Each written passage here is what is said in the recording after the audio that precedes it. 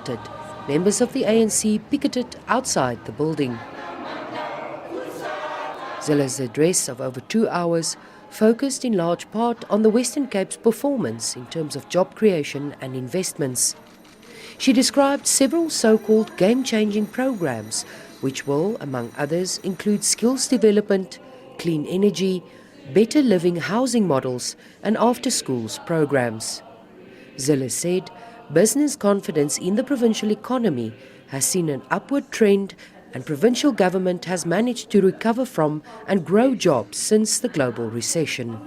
Today, Madam Speaker, there are over 200,000 more jobs in the Western Cape than there were when we took office in 2009.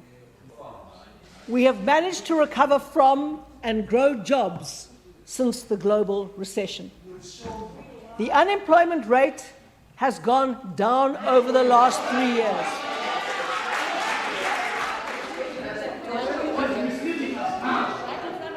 Members of the opposition regularly heckled Zille while speaking.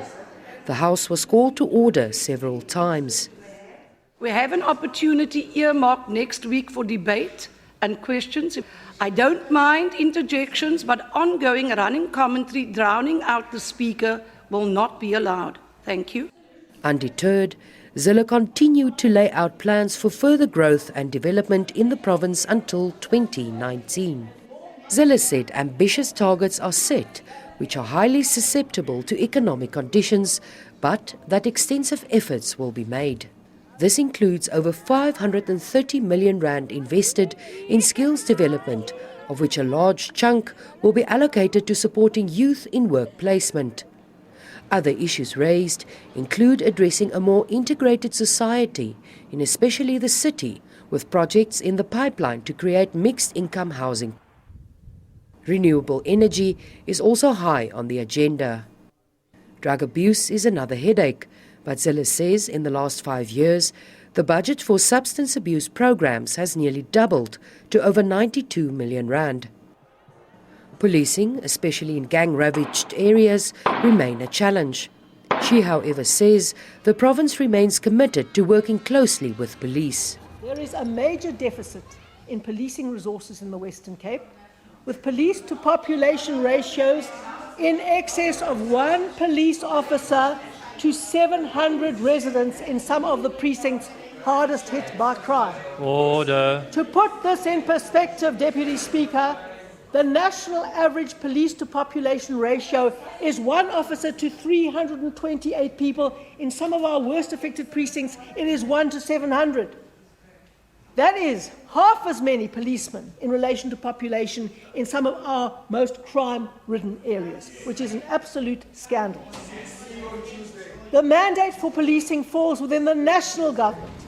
Zille lauded the men and women of various disaster management and fire services programs for their brave efforts in fighting recent massive fires across the province, which caused major loss of vegetation and agricultural land.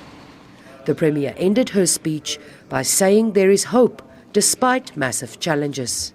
We have covered a lot of ground since taking office in 2009, and we are now in a phase of delivering on the stretch targets we have set ourselves in line with our long-term vision. And they are stretch targets, and we're going to have to work really, really hard to achieve them.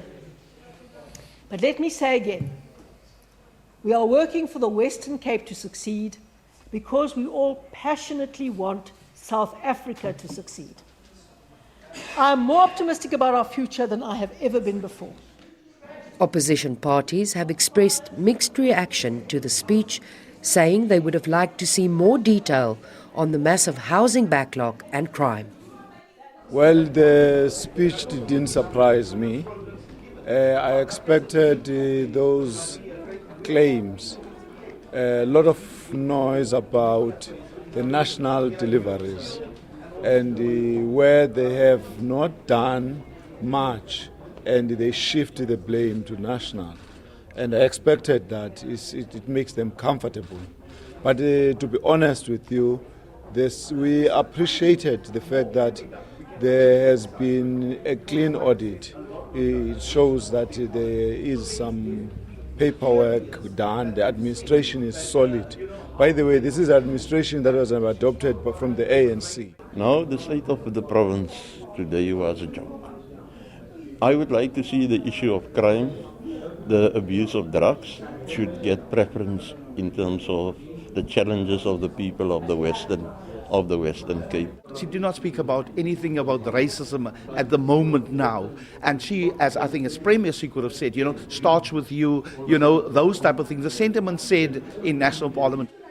Opposition parties will have an opportunity to debate the State of the Province address on Tuesday.